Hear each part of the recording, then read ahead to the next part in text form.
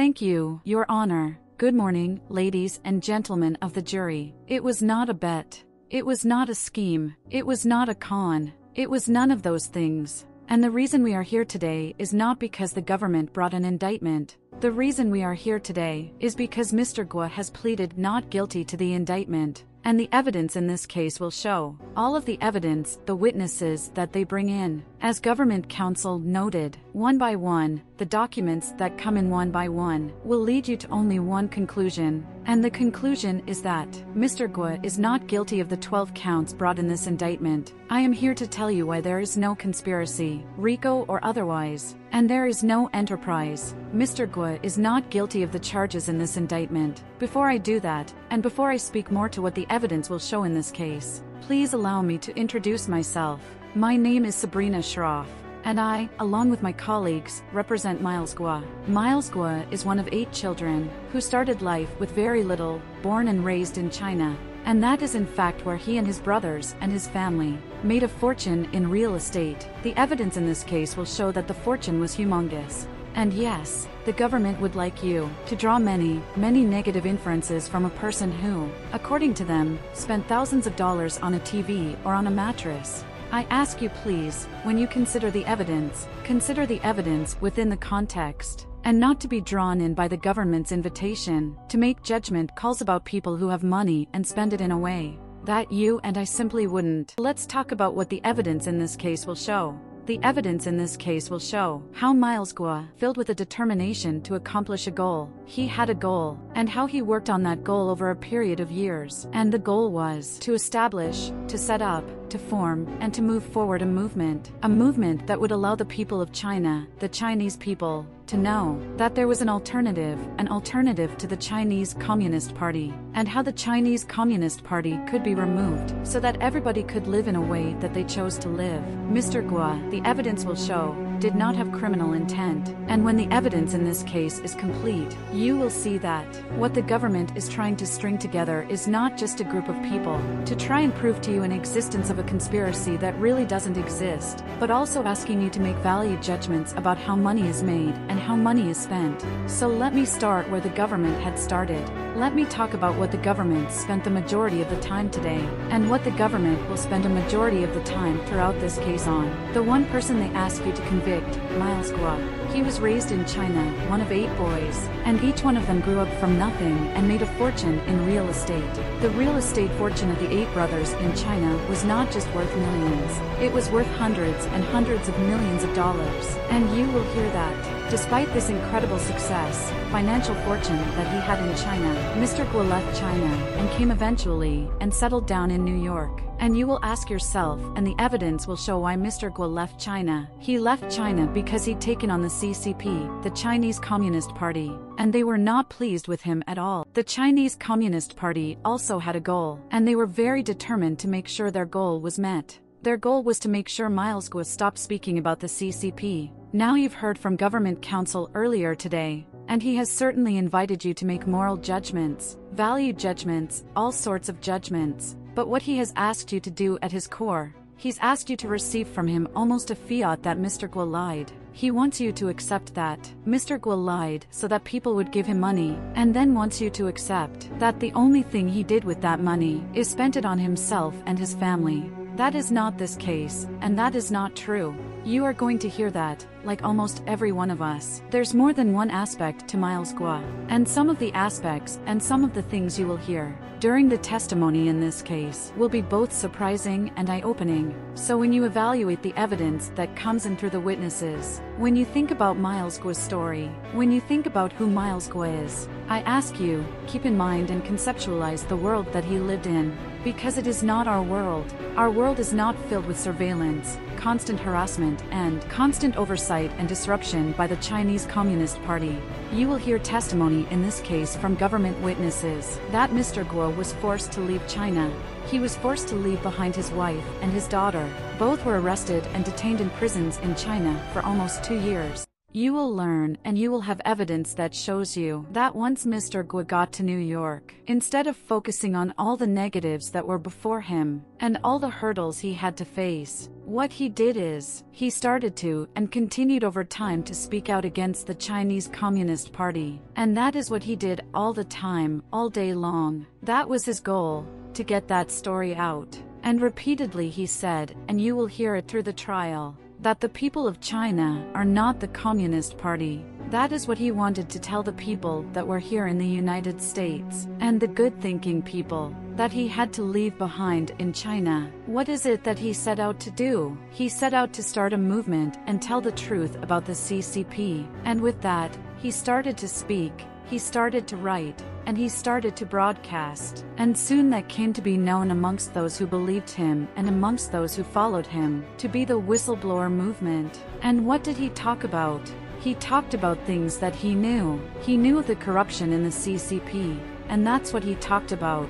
He knew certain secrets of corrupt government officials, and that's what he talked about, specifically. What else did he know? He knew the many ways in which the CCP worked, and he knew of the many ways that the CCP could make one's life hell, and one's professional life, and one's business life, and one's personal life. Now once Mr. Gua started talking about the CCP, the reaction to it was immediate and strong. And the reaction wasn't just from the people who were enthralled by what he had to say. There was another reaction too. There was a reaction by the CCP, the Chinese Communist Party, and they too had a goal. Their goal was to make sure that he stopped. So you see that most vividly when Mr. Gua, and the evidence will show, had a broadcast on April of 2017, April 19th of 2017, when he starts and gives a live interview on Voice of America, in face of relentless bullying by the CCP, to stop, to be quiet. Mr. Gua decided to have a live feed interview on April 19th. The interview was, and his goal was, to broadcast in an uncensored, live manner, so that nobody could doctor what he had to say. And what happened to this live interview? While he's still speaking, in mid-speech, the feed is cut off, the line is cut off, and the interview is stopped. There is no warning. There is no notice. All of a sudden, all of the work he had put in to make sure this interview goes through, it's cut off. And what happens after that? What happens after that? Also gives you a context about the world in which Mr. Gua has to live and do business. Immediately after the April 19th interview, the Chinese Communist Party issues what is called a red notice. That is, a red notice is a warrant through the Interpol, seeking Mr. Gua's immediate arrest and extradition back to China. After that interview with Voice of America, his wife and his daughter are arrested in China by the Chinese police. He loses all access to social media. His YouTube account is cut off. His Twitter is cut off. And he has no access whatsoever to any methodology by which he can get his word out. What else did they cut off access to? They cut off access to any method by which he could get himself or his businesses any help. The CCP hacked his phones. Every cell phone he has, they hacked. They hacked his computers, his home computers, and his work computers. They even hacked the home and work computers of other people who are either assisting him or doing business with him. And this pattern of harassment by the CCP, and the evidence will show all of this pattern, escalates and becomes more and more sophisticated. So let me give you an example of how sophisticated this harassment can get. At one point, the CCP is so determined to shut down any and every bank account that the CCP starts to send money into these accounts in the names of people who are on the OFAC list. The OFAC list is a list set by the United States government that lists the names of people who have engaged in criminal conduct and are not allowed to use our banking system. The CCP uses those names to send in money, triggers a reaction from the compliance people in the bank. The bank shuts down all of his accounts because the monies being wired, they think, are in the name of known criminals on the OFAC list. You will hear all of this evidence from the government witnesses, and you will know that the CCP has 1,000 different ways to mess with Miles Gua and to try and stop the political movement that was really the essence of his entire being. The evidence will show why Mr. Gua continued in this movement, and why he endeavored to overcome each and every one of these hurdles. He was determined to make sure the movement survived, and he wanted to make sure others who wanted to join the movement were able to do so. So what did Mr. Gua do? He set up the Rule of Law Foundation, and he set up the Rule of Law Society. He dedicated both those entities to make sure that they provided people with support to fight the propaganda given by the CCP, to give voice to the movement, He created a social media company. The government lawyer has spoken endlessly about it. GTV. What was GTV? GTV was a real company set up to spread the message of the whistleblower movement. The point of GTV was to get an uncensored voice out, not to just the people of Chinese beliefs and systems who lived in the United States, but also the many, many people who were left behind in China, who also wanted to be part of that movement. And that is what GTV offered them. Yes, GTV was the first of multiple business opportunities that aimed to spread the voice of the whistleblower movement. Mr. Guo participated in GTV, the Farm Loan Program, G-Clubs, and the Himalaya Exchange, and its currencies, H-Coin and H-Dollar. These businesses were at the heart of the movement, and the government is simply wrong when it argues that they were not real businesses. The evidence in this trial will show that GTV was, unlike many, many others, a citizen-based journalism website. It allowed for people to speak openly and talk to each other without repercussions from the CCP. The Farm Loan Program. The Farm Loan Program. The evidence will show not what this prosecutor has just told you, but it will show that the Farm Loan Program was a way for people to give their money at an interest rate to support the movement that they were interested in, and it was a way for people to earn money from these loans. I remind you, keep an eye on the time frame when all of this happened. United States and most of the world is in the midst of a pandemic, and people are eager to interact with each other online. What was G-Clubs? G-Clubs was what the government lawyer here mocks. Whether or not one should spend X amount of dollars on a sweatshirt or sweatpants. I think he said sweatpants. That is a person's choice, and that is exactly what China didn't want people to have, and what the movement did want people to have choice. You want to spend your money that way, that is entirely up to you. And what did G-Club's membership allow? It allowed a person, if they wanted, to support the movement at whatever price they wanted to support it. If you wanted to support it at the $10,000 level, you could. And if you wanted to support it at the $50,000 level, you could. The evidence will show, and I ask you, when the evidence comes in, do not take that invitation to make a moral or value judgment on what and how people should spend their money. The question is, does the evidence show the existence of real companies, the existence of real employees, the existence of people who did actual, real good work, the existence of people who dealt with the same problems you and I deal with at our jobs, trying to do the best job we can, because we're chosen by people and bosses, because we have talent, expertise, and hard work, and those are the people that worked in each one of these companies. There is no denying at all that all of these entities were built around Mr. Guo's celebrity. Yes, and he was the one who started speaking as early as 2017, and continued speaking against the CCP. You know what else the evidence will show? That not just other people were the ones who invested. Mr. Guo's friends invested. Mr. Guo's family members invested. Why? Because they too believed in the movement. So they invested. They invested in GTV. They invested in the farm. They invested in G-Clubs. And they invested on the Himalaya Exchange. They believed the evidence will show that these companies were built, were put together, just like any other business. Maybe not with the same level of infrastructure, but people believed. And Mr. Guo, like many, many of us, had a vision, had an idea. What he did not quite have is the infrastructure that you and I bring to our daily lives. When he first started, he spoke very little or no English. He was new to this country. He wasn't familiar with the way things are done. And yes, you will hear recordings in which he speaks in a demanding voice one instant for work to get completed, and at some times even appears to be extremely pig-headed in a way that many a person is. Does that mean he's a criminal? No. Does that mean he committed these crimes? The evidence will show it does not.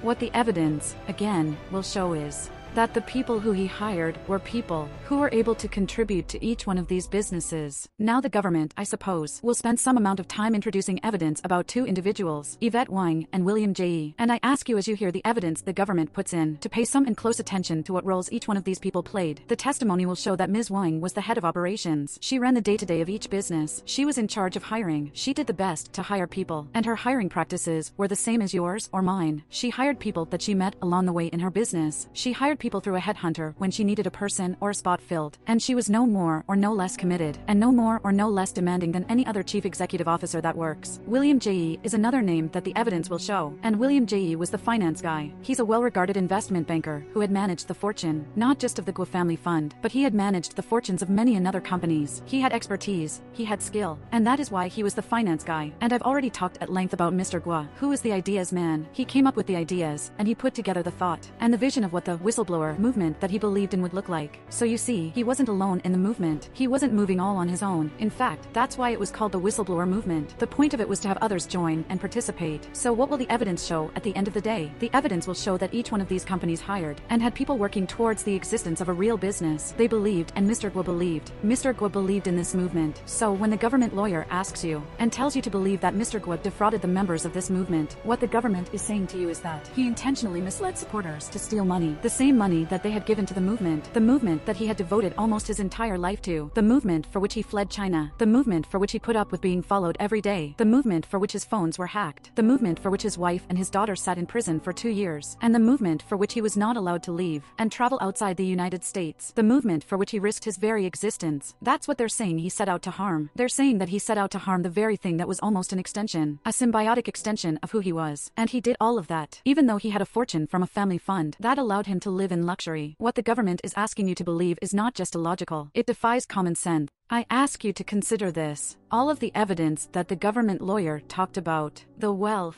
the millions of dollars worth of luxury hotel in Manhattan where he lived, the yacht, the mattress, whatever it is that he talked about, you know what the evidence is going to show? The evidence is going to show that no matter what else these witnesses say to you, Mr. Guo had that lifestyle long before the government even alleges that he committed this fraud. The suits, sweatpants, the house. The evidence will clearly show that has been his lifestyle for decades, way before the government says he lost money, and way before any of this was even a thought in the government's mind. And it certainly continues today and continued for days after, because the family fund will always support Mr. Guo. And I ask you to consider this, because the government does invite you to make this value judgment. It is easy for a person to judge another as either shallow or rich, but shallow or rich does not make for a criminal. That does not mean that the government's inference is a proper one. The evidence will clearly show that Mr. Guo did not need to steal money to buy the Brioni suits. None of that would be worth all of the hardship he went through to keep the CCP at bay. What the evidence will show here is that Mr. Guo did not steal money from GTV. He did not steal money from the farm loans program. He did not steal money from G clubs. And he did not steal money from the Himalaya exchange. The government will also invite you to think and invite you to conclude that the reason Mr. Guo did certain things are because he was engaged in criminal activity. So what else is the government going to elicit in terms of evidence? The government is going to seek to elicit that Mr. Guo had constant telephones that he changed. He had almost hundreds and hundreds of telephones, and that he had these telephones, and he changed his number constantly, because he didn't want people to know what he was doing. I ask you to consider this. If you have been the target of constant hacking by the CCP, and if you have been the target of people listening in on your phones, using your voice recordings to impersonate you, wouldn't you also change your phones that often? If you were in constant fear of being threatened, kidnapped, killed, moved,